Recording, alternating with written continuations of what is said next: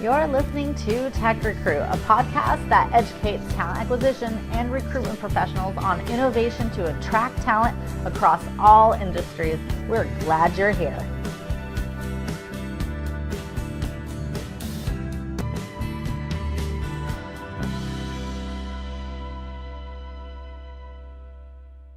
Welcome to the TechRecruit podcast. Our first guest is Sarah Brennan. She is an advocate for improving the impact of technology on people and in business and the future of work. She was also named a top global influencer in HR technology. Welcome, Sarah Brennan.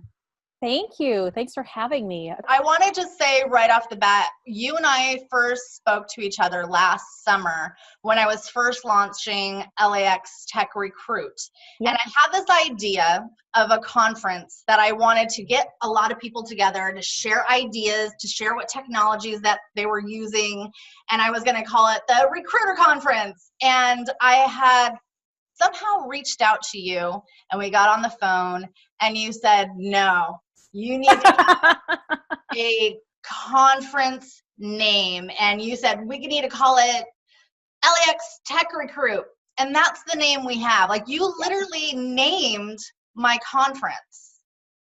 I did. Yeah, I was in an airport at the time, I recall. Yeah, flying back from another country, if I am correct in that. I think I was coming back from Canada. So yes, and it's worked out. It's doing great.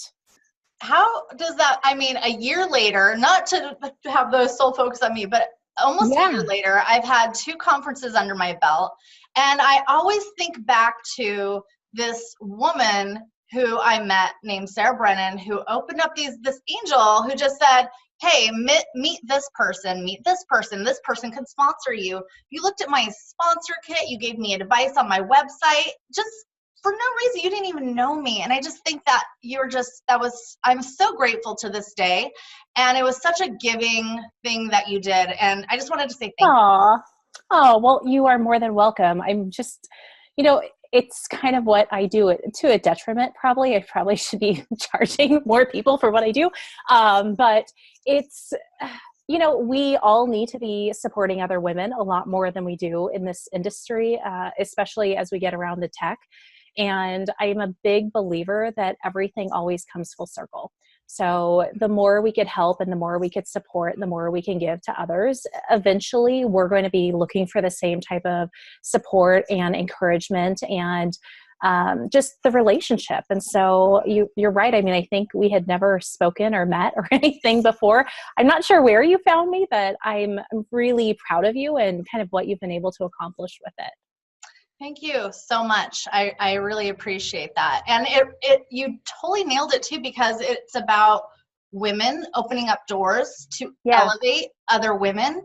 And I don't want to say that it's rare, but I guess when it happens. It is. Okay. It is rare, right? I mean, I've been in this industry a very, very long time. And unfortunately, for a an industry that has so many women in it, we still aren't always as encouraging as we could be of other women in the space. And so, there are a number of people that are, and it's getting better, much better than it was, 10 or 15 years ago. But there's always room to keep moving forward. Yeah. And so I want to thank you too, because after this conference, I've had other women reach out to me and say that I inspire them or that they want to do the work that I do, and that just those sort of emails and comments and posts are just so rewarding. And so I hope that you feel rewarded by the work that you've done. And so again, thank you. And no, you're welcome. You're very welcome. I was very happy to help. So one of my first questions, I have a lot of questions I want to ask you, but one of the first things I want to know, I'm curious, how do people find themselves in the recruitment industry? Because it never seems that anybody started with the idea like, I want to be a recruiter. And it always seems to be some story. So what's your story? I actually am one of the rare ones. So I realized I was going to be getting into this industry my freshman year of college. And my first job that I took in college was actually working in the career services department of the university. And it was my job to babysit, for lack of a better term, the recruiters that were coming on campus. And we were right at the turn as the internet was really starting to get introduced on campuses, and recruiters were still doing things in a little bit of an old school way. And I was really into tech from a very young age.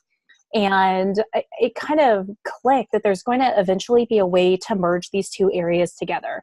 Monster was, happening and was still relatively new. It was the late 90s, early 2000s. And I thought there just had to be a better way. And so I started actually consulting with the recruiting teams that were coming on campus to recruit, and helping them reach out and use the internet and to do things a little bit differently than they had traditionally. And so from there, I wasn't quite sure exactly the direction I was going to go in, but by my senior year, I was working full time as a executive recruiter. Yeah. As well as I was going to school and bringing the technology side into executive search for the first time. And then they were having me go out into all of their clients and bring in what the technology that existed, what at that time was online recruiting, right? So bringing some of that type of stuff into, very large Fortune 100 organizations, a year out of school. And so it was just a very interesting little path that I took. And I actually didn't go full-time away from being a corporate recruiter until my second child was born, and I went and launched my own my own firm, helping companies do evaluation and selection of technology for HR. Wow. And so we were acquired within 18 months. Once that was acquired, I stayed on with that organization for a couple of years, getting their consulting practice and getting everything set up, and moved over and actually joined a vendor as Chief Strategy Officer. So I ran marketing, sales, and product strategy for them. And we went from a ATS into a full suite talent management during that time. What vendor was that? Are they still? They are. It is now Clear Company. So it's a bit focused on mid-market. At the time, it was HRM Direct, and was there for a period as we got strategy shifted. And then Josh Burson actually reached out and asked if I would come on board as an analyst there. So I made the decision to do that for a period of time and launched my own firm. What an interesting Very strange. Yes.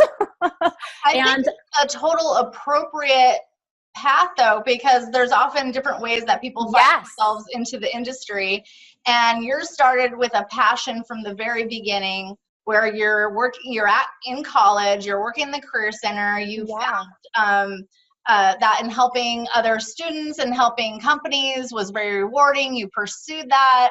And then you started working in a company where you're evaluating human resource technologies and just marrying those two together. And even still now, and this is something that you're doing out of college, evaluating your technology is such a big ordeal, because as you grow, there's so many options of technologies out there. Which ATS do we go with? Which recruitment management system? Which CRM? Which one's going to make more sense as we grow? Are we those are big questions. And are those some of the things that help these companies do? Yeah. And even beyond that, sometimes it's how much do we have and when is too much? Too much. A lot of times we're actually simplifying companies' tech stacks. So it's not always about adding more and more. One of the trends that we have actually found over the last 5-7 years that happened is companies kind of got caught up in the and this, and this, and this, and we need a CRM, and we need a ATS, and we need recruitment marketing, and we need, everything. And they didn't really look, as their current vendors were expanding and growing, what they already had access to a lot of times. And so they kept buying and buying and buying. And so now a lot of it is more about simplification.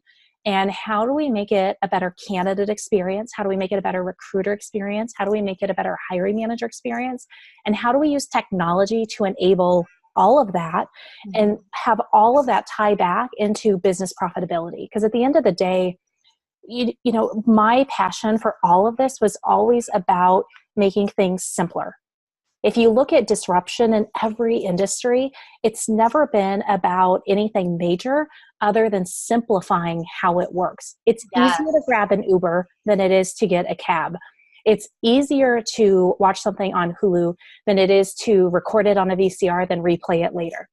Right? So it's always about simplicity. And I think somewhere along the way in this tech rush, we kind of forgot that you don't necessarily need everything to do things really well. And in fact, you can get in your own way and end up costing your company a lot of money if you're trying to do everything and use every bit of technology when really that might not be necessary for you. That's so interesting, because it is a year ago when I myself was coming back in from maternity leave, you know, being out of the industry for a couple years and looking around saying, okay, let's get an ATS. I was like, wait a minute, I need a CRM. I need like all these other, you know, I need chatbots. I need to redo my entire website. I need to have this technology. And and to be able to simplify that and just look at, you know, what exactly do you need is such a refreshing thing, because it's like, oh, these add-ons and bells and whistles. Yes. And I want to get to that. But let's get to one thing first. Yeah. Talking about your career path, and I'm really interested in that. So you stayed with the company, you sold it off, it was acquired. Yes. And this was your company? Yep. Good for you. Yeah. Good for you. And you stayed with the company, and then you got contacted by Josh Burson. Well, first I went to the vendor as the chief strategy officer there. So then you were Josh Burson reached out to you and asked you to join his firm. Yes. Or Deloitte. No, it was before Deloitte. So I was there prior to the Deloitte acquisition and left shortly before the Deloitte acquisition completed. I'm going to edit all that out. I knew that. No, it's okay. It's very common. So a lot of people didn't even know it was before Deloitte. There was this whole company. Yeah, yes, that's going to be, I'm hoping maybe I can get him on the podcast as well. So I can learn a little bit about the analytics portion of it. Yeah. Because there's some good conversation there. So tell me about your work with Josh Burson. Yeah, so while I was there, I really kind of learned to be an analyst, which I found when you're working for one of the major analyst firms means a lot of research and a lot of writing and a lot less time actually getting to work with the vendors and with the companies. And so I made the decision that while I really loved the research and the writing side of it, for me, my passion was being able to help people, and not necessarily through reports, which I know benefits so many people. I really have a passion for being able to go in and help one by one. And so I decided to leave and launched Accelir, and with kind of an analyst firm with a twist, where we still do research. We do both published and private research, and we're still writing reports and following trends and publishing trends, but we're also working really closely with both the vendors and the practitioners and the executive teams on strategy. That's an interesting bridge. So you have your clients where you assist them in that decision-making through your strategies, but also through detailed reports and data, historical data that they have in their company. Correct. Yeah. And so my background is actually as a data analyst. My degree is in awesome. And I started out of college as a financial analyst, and I really felt, and I often say this, it brought out the adventurer in me. Yes. Because it's like you're going through the data and you're looking around and you're like, oh, there's the 9, and you pull it down and you're like, got this, spreadsheet and this model and you bring it to the boardroom and you explain the story, and it was very exciting in a way, although I was in a cubicle. But then when I branched out to doing, more of the helping companies solve problems, that was a whole different direction. Right. But I see what you mean in the reward being in sitting with the clients and helping them with their strategy versus like the reporting. Yes. And some people love and really have a passion for that, but I don't, right? And so I love doing that aspect of it, and I love the numbers, but I don't like the writing so much. And so to publish, a couple thousand pages a year was just too much for me. So kind of scaling that back and doing it almost more modified also. I think that there's been a shift of what the market would demand. And so people aren't necessarily reading 20, 30, 50 page reports like they once did. They want smaller consumable data and smaller consumable information. And so I really wanted to create a company that would allow access, not just for people that were members. Every report that we do that gets published is published for free. And so at no point does a company ever have to pay a dime for anything. Right. And sometimes they're sponsored, sometimes they aren't. Everything is just fully covered in that way. And so I wanted to kind of level the playing field for everybody to have the same type of access, because it shouldn't just be large corporations with huge budgets that were able to benefit, because the main people that are hiring and employing people in this country are actually small and mid-sized businesses. And so if we are excluding that group from having access to understanding how to recruit better, how to better utilize technology, how to retain their workforce, how to engage their people, we're actually missing out on helping the bulk of the population. Right. And so, yes, there's a lot more money to be made by only selling to the big ones and to doing these type of things, but you could help more people and have a bigger impact when you're working with kind of the 1,000 to 10,000 employee companies that for a very long time in this space were overlooked. So give me an example of what these, like a case study, if you will, of some of the work that you've done and for these companies. It's really interesting. So I'm brought in typically in 3 ways from corporate HR type of perspectives. A lot of times I'm just coming in as a advisor, right? So they need help creating short list of technology, understanding what technology they even need. I don't necessarily do full selection and evaluation type of work.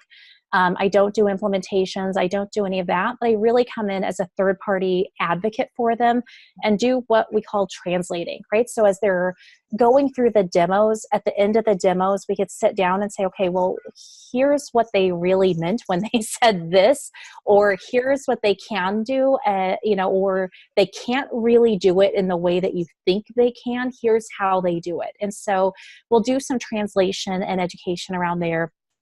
The second part is training, and whether that's at their event or if it's kind of one-on-one with a team or their hiring managers, or sometimes I'm brought in for the executive team for some coaching as to why improving engagement and how that starts really with recruiting and onboarding and how we could solve business challenges. The third is really more from the executive levels or investors. I get brought in quite a bit where they are having issues with turnover, they're having issues with employee satisfaction or even customer satisfaction, and we come in and try to solve those issues. So what is happening, when somebody has high turnover, we try to start looking for issues. And so here's a quick example. A call center that we worked with was having very high turnover. And had brought in one of the big consulting firms and changed the color of the walls, reorganized the cubicles, all of the massive capital investments to try to do all of these different pieces. Yeah. Still it had about a 5% difference in turnover. They were over 100% turnover for 6 months point. So with, 5% wasn't quite where they were at.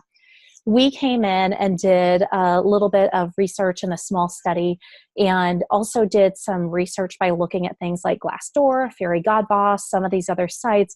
And we found that they were actually having their biggest issue of turnover because the last shift ended 5 minutes before the last bus of the night picked up. And you had an hourly workforce that was primarily taking the bus for transportation. And if they got on a call that went long, they had to use a restroom, a manager needed to talk with them for whatever reason, they missed that bus, they had no way home. Or they were having to spend all of their earnings for the night on this. And so we had them made a minor adjustment of 10 minutes to the final schedule. And it impacted about 40% reduction of turnover within 6 months. Very, very small. Another company, we found it was the way they were writing their job postings. They weren't getting the right types of candidates in, and so people weren't staying because the job postings were written in a way to attract the wrong type of hire, and the process was not really set up effectively. We were able to bring in some chatbots and simplify, and they actually ended up saving, close to 6 figures from a relatively small investment in a short period of time. And so a lot of times it's a huge cost savings by simplifying versus overcomplicating. I think everybody doesn't want to believe that it's sometimes the easiest stuff that creates the biggest impact. So in coming in meeting with companies and helping them with their pain points, and coming at it in a data sort of way, let's look at your history. But it's more than just that. When you're helping a company, it's sitting with them, it's talking with their executives, it's talking with their employees, and having that sort of discovery. And those could be in-depth conversations. Correct. So, yeah. I see it's way more than just looking at data. It's having those conversations and being more of a more on the discovery side. And it's having the experience, having worked with a huge number of companies. I've worked with over 500 different companies, from 5 employees to Fortune 5. And so being able to see and understand the nuances, when I work with a professional sports team, it's very different than I'm working with manufacturing, which is very different than insurance or financial services. Each of those have their own nuance.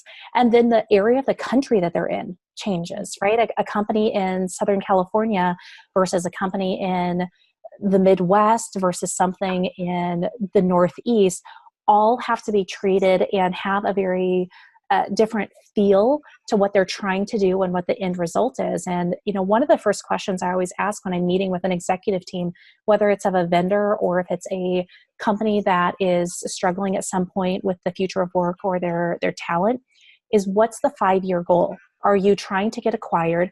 Are you looking to grow? Are you looking to stay stable?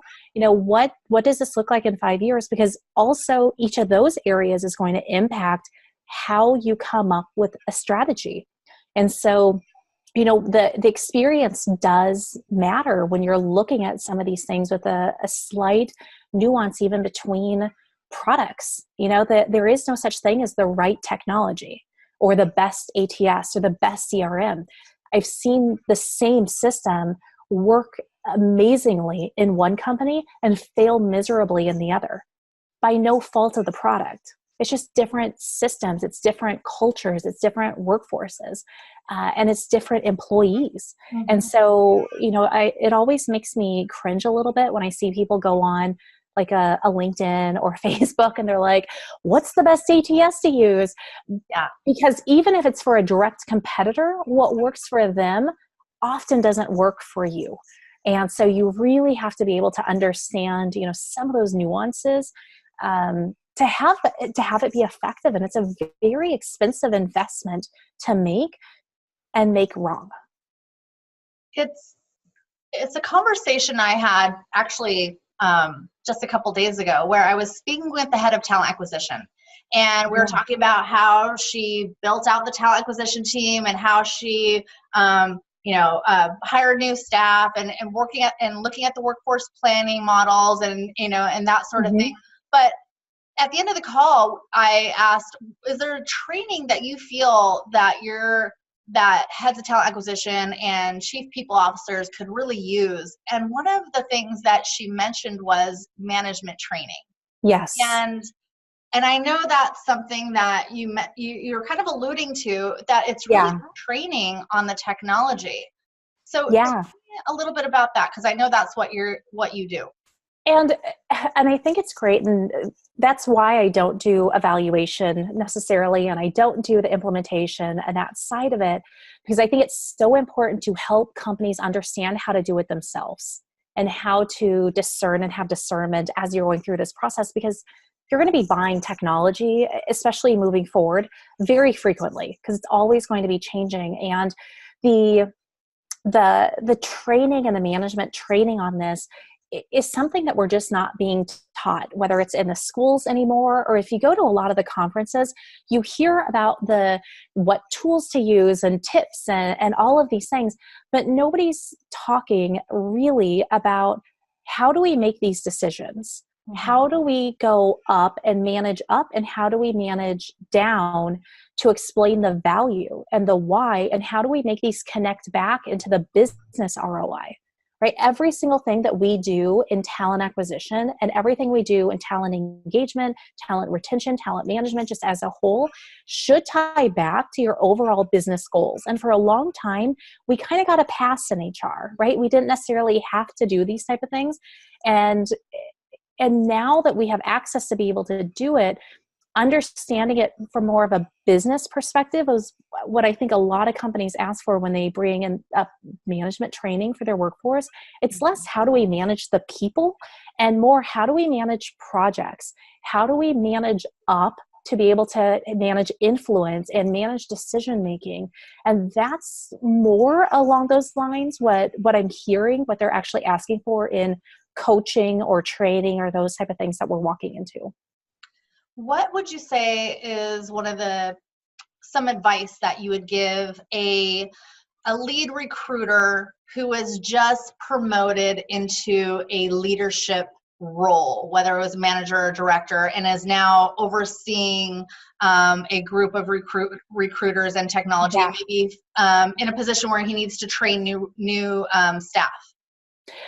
The biggest advice I could give is listen. Right? I think so often we get the promotion and there's that word manager, and manager often becomes micromanager, especially with new managers or new leaders really quickly, because they were never taught just how to simply lead. And a leader is followed, right? It doesn't matter what your title or anything is. And so that would be the biggest advice, is come in a way where you immediately are building trust and you're listening, and it's okay not to have all the answers. In fact, if you have all the answers, there's something wrong, right? That means people probably are not answering, sharing information with you, but asking the questions, gathering the data, and then trying to decipher what, again, the nuance is really key. But getting the feedback and just listening. It's so simple, but it's so hard at the same time. Anytime you're in any type of leadership role, even as a parent, right? Think of how many times where it's much easier just to be like, nope, that's just what it is, versus taking the time to listen to what your kids are trying to say and understanding why they're doing something versus just talking about what they're doing. So listening to understand the why. I'm curious, are there any cases you've come across where you've been in a position where you were a training manager and maybe there was a catalyst? I mean, I don't know what some of the catalysts are, as if it's more than just they have new technologies and they need training on them, or if they're, like you mentioned, there's a lot of high turnover going on in this department, and we would like to upskill our management staff. Have there ever been cases where it was just beyond repair and that maybe stand out in your mind? There have been cases where, the best option was to reskill the manager to move into another role, for sure, Mm. or to coach them into maybe a job that was going to be a better fit for them. A lot of times through coaching or training, the managers get to their own decision on that and understand that themselves, that maybe they are not in the right role they want to be in. So yes, there are definitely times. I think one of the things that we have found that's interesting is when we've done kind of the focus groups or internal research, and we find that it's just one or two managers that are creating havoc. So instead of having to do full training on everybody, we're able to narrow in and just do really direct coaching with one or two of the hiring managers from a recruiter's perspective or from a HR perspective on how maybe they're handling things, or we help educate them on the new way of recruiting and hiring and how the market has kind of evolved into being different. And sometimes I have to play a little bit of good cop, bad cop and be like, look, I know the recruiters, they don't know anything, right? Or the HR team, I know you know what you're doing. Here's why we need to do things a little bit differently. And so you kind of good cop, bad cop them a little bit and to see change. But definitely there are times where some people are just not in the right role, right? And that's okay. Managing is hard. Leading is hard. I love coaching. I love working on the strategy side. I don't personally really enjoy managing on a day-to-day basis. It's not something for me that is part of where I'm at in my career and my tenure in my life. Something that is like high up on my radar. And I've had some really amazing job offers come in over the last 6 or 7 months as I've relaunched Accelir in May. And they're very tempting, but at the same time, I know my heart is more for coaching and leading and helping with growth than it is for actually managing kind of the tasks day to day. You mentioned that you have small consumable data that you offer your clients. Where can they find this? Where can they find or learn more information about that? Well, on our website, Accelir.com, Accelir.com, we just published a report on kind of the future trends for 2019. We did what we call a Fast 50 or an Insights 50, where we look at 50 companies in all size categories and all industries and what is going to be top of mind for them for next year. And so it's 15 slides of data. People can download that. They don't even have to put any information in. They could just have access to it right there. And starting next month, I'm actually launching a site called HRTech Now, which is all about accessibility to data and accessibility to resources. And so it's going to be a blog and articles and information that is actually written by analysts and written by vendors about what they're getting asked for commonly and the research that they're doing in-house. And they'll be able to write and share content on there. And also as part of that, it's going to be a full resource center.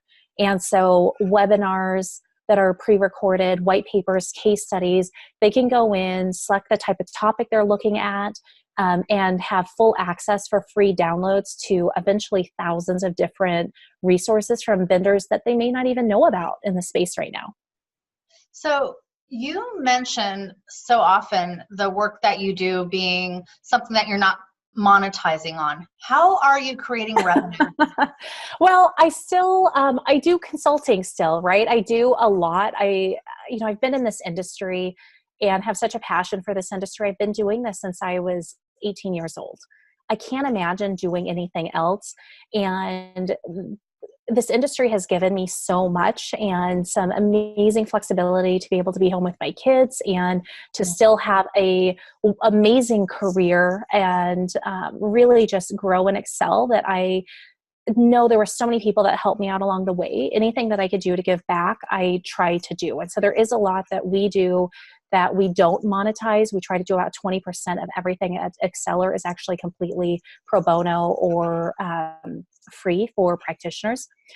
Where we do monetize is I do work with vendors on product strategy, right? So how do we create products that are usable, that people want to have functional? How do we help them create sales processes that are better, that are beneficial for the vendor that is selling into the buyer, but also is done in a way that is respectful of who the buyers are and are creating a great partnership versus just selling products.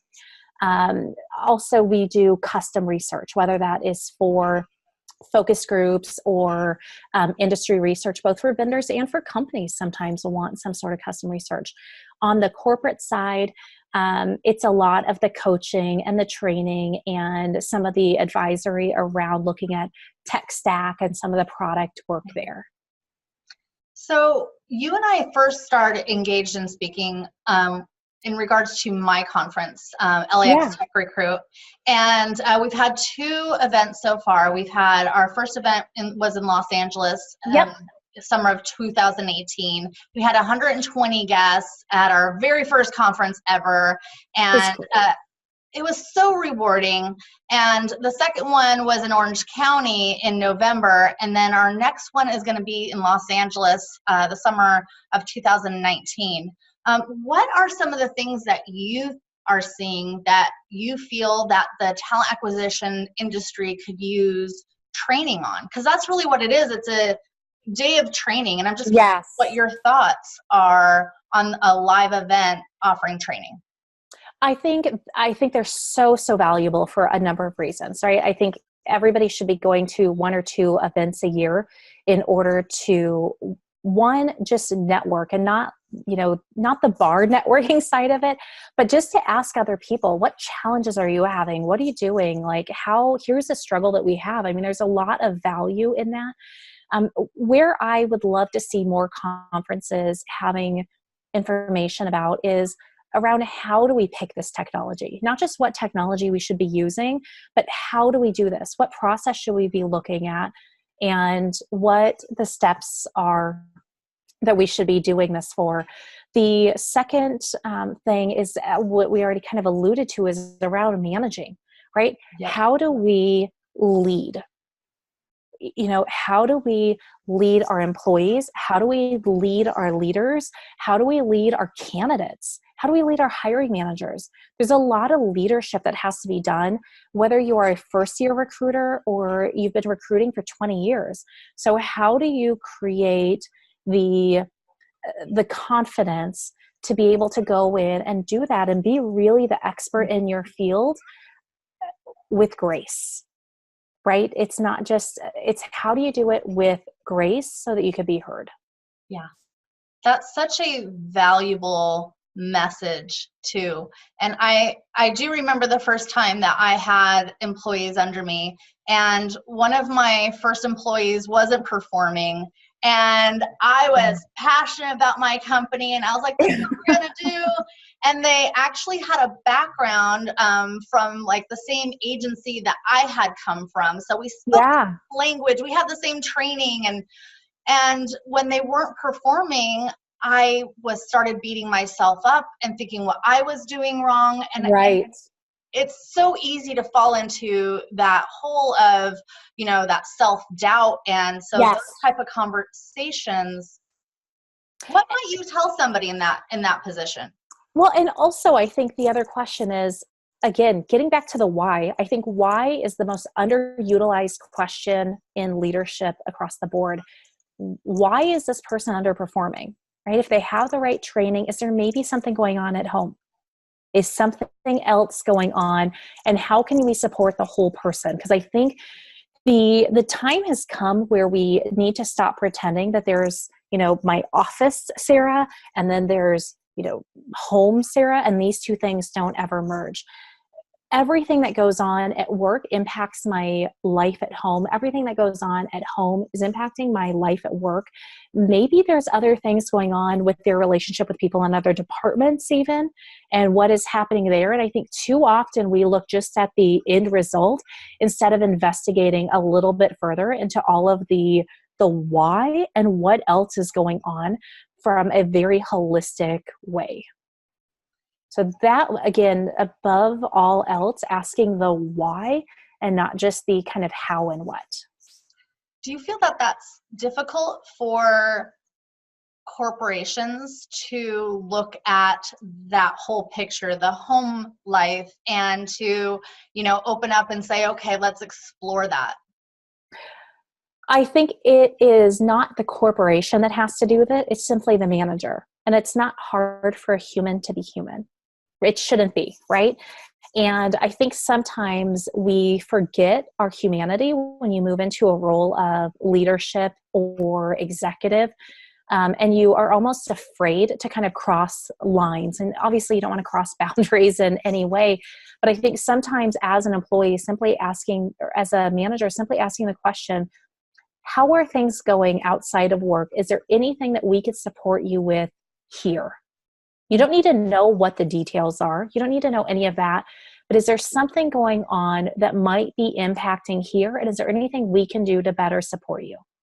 Right? That it's keeping it private. It's not asking for any type of disclosure.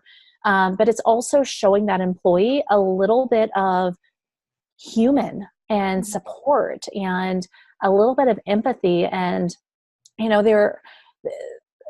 we are at a point where there's far too little empathy for people that don't kind of look and feel and function and talk and behave exactly like us. And social media has kind of moved us further and further away from that because we get blinders sometimes. And so just asking very simple questions of, how can I help you? How can I help you be more successful? What can I do?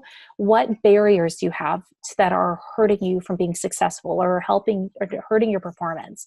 Instead of phrasing it in a negative way, like you aren't performing, you aren't doing this, it's how can we help you do it better, and really coming at it from more of a team perspective. One of the, and I'm sure you've heard of Brene Brown and some of the work that she's done, and the power of vulnerability. I read it last year, and for me it was just really life-changing, because I always felt that in business I had to be tough and hard and not talk about my home life, and I couldn't be vulnerable. I couldn't say I wasn't doing okay. Those were really tough conversations to have. And so when you talk about that being human and allowing yourself to have those conversations, it can be difficult, but I think those are that's such an important conversation. Yeah. I would say it's one of the biggest lessons I've learned as just a employee, boss, human over my life. Because like you, right, in my 20s, I had something I had to prove. I was younger than everybody else in a lot of cases. I was a woman. I had a different type of background. When I'm working in tech, I didn't come up through the tech ranks the same way. And it was one of those kind of a little bit more black, white, like this is just how you do it. And I think that as I've matured and gotten older and I've gotten more things in my own life that has happened. And, I, personally had to go through a major grief situation. I lost 3 members of my immediate family over 6 months, all suddenly and unexpectedly at 3 different times. And, I saw the impact of that on work. And as a parent, when your kids are ill or something goes on, that impacts, and all of these things you start realizing. And as I worked with more and more companies and more executives from a coaching perspective, I started seeing that the profitability and revenue and customer satisfaction started coming back so closely tied to employee satisfaction, not necessarily with their work and what was going on, but just their personal satisfaction with their life. Yes. And, little things like even bringing in credit and financial planning resources, helping people understand, how do you create budgets? Totally. Yeah. How do we do these things that are not about work, right? It's not about work. If somebody can't balance a checkbook, that doesn't impact their job necessarily, except when they're overdrawn, they can't pay for food, they don't know how to deal with that. That all impacts their job. That impacts your customers. That impacts your profitability, that impacts all of these other areas. And I know it's a bad thing. People get on me a little bit when I bring up, the impact of profitability. But at the end of the day, businesses are in business and nonprofits are in business to either increase funding, to get more sponsors, to make money, right? And if that's not happening, none of us have jobs. So how do we kind of connect these dots? And it always came back to being a little bit more human, always. Whether it's the ease of use of the technology, whether it's the ease of use of the strategies we put in around their talent, around the people, or whether it's just listening sometimes and just making sure somebody feels heard. Those are, I love the work. I love the work that you're doing. And so when you're speaking with businesses, we talked about your consulting practice. Are there other things that you're also doing? Really, it's the strategy consulting, it's the training and coaching, whether that's for people new in the role or, executives that might be just going through different types of change. And then finally, it's the more advisory, right? That's the one where the company's like, we're trying to pick a new product. Do we even need this product? What about what we already have? And those are usually a little bit more shorter term type of projects. So if I'm a company, as I'm a conference and I am looking to retain your services to help my conference grow and to develop strategy, how do I get hold of you? You can email me at sarah@accelir.com. Online, I'm at I'm So Sarah on Twitter and obviously LinkedIn. Website is accelir.com for the consulting side of the business. And I want to leave you with one last question. Okay. You mentioned when you first step into a consulting position, one of the first questions you ask is, what is your 5-year goal? Yeah. So I would ask you, Sarah, what is your 5-year goal? My 5-year goal, I know, is going to change in 5 years. In 5 years, I will have all of my kids out of the house. And then I think we're really probably going to do some acceleration of my own. So for the next 5 years, my goal is to retain a little bit of a smaller size from a business perspective and be a little bit more selective with what I'm working on. And then after that point, I can step back a little bit on the mom role and step up and get back to kind of really growing and accelerating my own company and not just everybody else's. I love that I know you. I hope we can really get together and be friends and grow our relationship. Will you be my pal? Give me some of the top technologies that you're seeing that you like. Are there certain things that you have your eye on? I am really excited for what we can be doing with chatbots. And they're getting a lot of conversation. They're not getting quite the adoption I was hoping for yet. One of the challenges we have from a technology perspective in general is a lot of it is focused on white collar, college educated, technical workers. And a lot of what is being built, a lot of what is being sold, and a lot of what gets talked about at conferences is focused on that market. Chatbots can work for that, but what they can do, whether it's text or chat on a phone or on a computer, the bot technology can actually access these people that don't have computers. They don't even necessarily have any access to the internet outside of a phone. They're not going to be able to fill out an applicant tracking system application. They're not going to be able to do a lot of these other types of forms and things. And there's really no need for a lot of people to fill out full applications. And so the accessibility and the revolution that this can bring to the blue collar and the hourly workforce is as revolutionary as what the ATS did for white collar workers in the mid 2000s. It's really going to be extraordinary as this gets adopted out and we get over the fear factor that people have currently around the technology.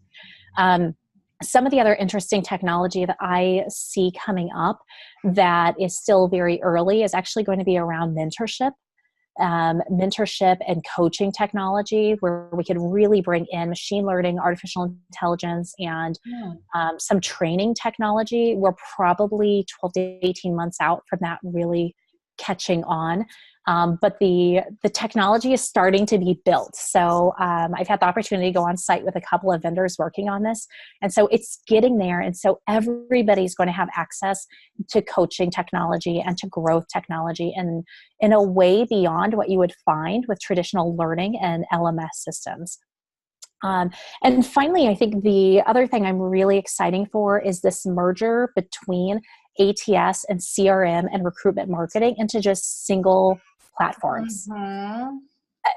It simplifies it for everybody, right? It is, the more unified this technology can be, the better for the candidates, the better for the recruiters, the better for the sourcers, the better for the coordinators, and the better for hiring managers and everybody just involved in the process. And we're really starting to see companies start unifying this technology, or at least start having it on a roadmap where we will see this technology fully unified within the next year. So those are kind of the three things I'm most excited for, and I'm sure I missed something. I think you said four things. I want to make sure. Did I say four? I want to make sure that our audience who's listening, because I've been told if somebody has an acronym that I need to have an LMS.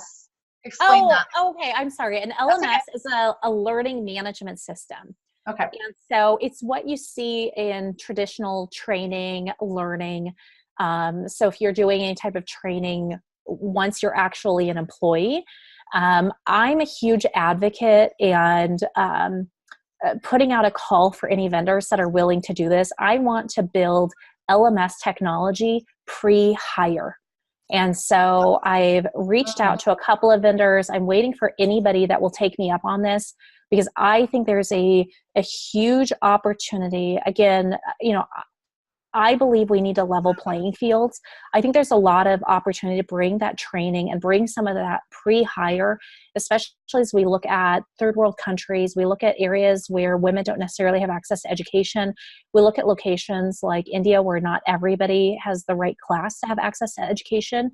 And these are areas that are going to have a surplus of workers when we have a shortage. And so we could go in and start doing training, so that when it's time to hire, we know not just that these people have experience, but they've actually gone through and completed training specific to what we want to do in our organization. And we can kind of fast forward them through the process. And if we never hire them, that person still got valuable training that could help them potentially get a job elsewhere at little to no cost to us, right? So it's just giving back a little bit to the greater good. Are there any specific, you mentioned a lot of areas like the chatbots and the mentorship and the LMS and the ATS CRM. Are there specific vendors that you would recommend? No, I don't. Okay. And the reason being, one, I work with a lot of vendors, and if I left somebody off, I'm sure somebody would be angry. But at the end of the day, the right company isn't the right company for everybody. And, I know you see a lot of people out promoting certain brands and certain areas. I don't typically do that necessarily for that reason. What I would recommend to you as a business is going to look probably slightly different than what I would recommend to somebody else for a whole host of reasons. One big factor is actually around the culture of the vendor themselves. And I think that's a very going back to what you were talking about, what topics, looking at a vendor's culture when you're going in and selecting technology is huge. Like, it's as important as the technology itself. And so again, company to company, it's just such a difference in what somebody would be looking at. We're getting ready to publish a kind of a market map. So, in a couple of like a month or two, it's actually much bigger than I thought it would be. We'll be able to have a full market map of, there's about 3,800 companies that I track that are active just in the talent management, talent acquisition space.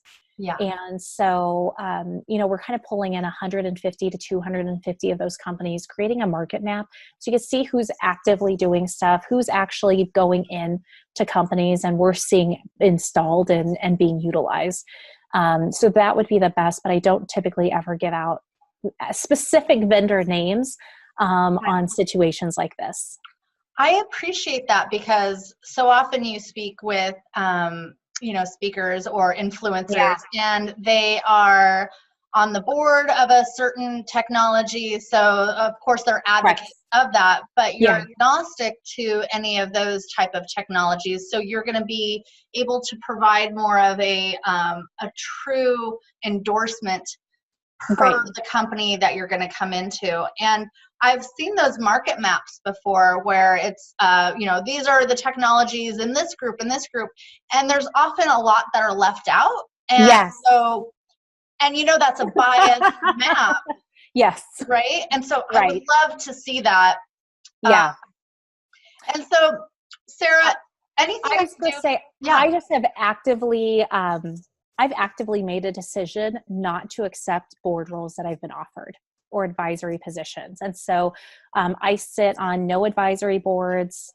I work as an advisor to executive teams and I do strategy work with them, but I do not actually sit on any boards. I don't hold stock in any companies or shares or percentages or any of that for exactly that reason. So I can remain really just as unbiased as possible in the process. I like it. But you do offer mentorship type of position. You do offer mentorship. Yes. Yep. Yeah, absolutely. I'll be calling you. Excellent. Sarah, thank you so much for your time today and for being on the TechRecruit podcast. And we hope to see you at the conference as well. We could talk more about that in July. And just this has been fascinating. I love the work that you're doing. I love the mission that you have. And I think that our audience is really going to have a lot of takeaways from this. So thank you so much for being here. Excellent. Thank you so much for having me.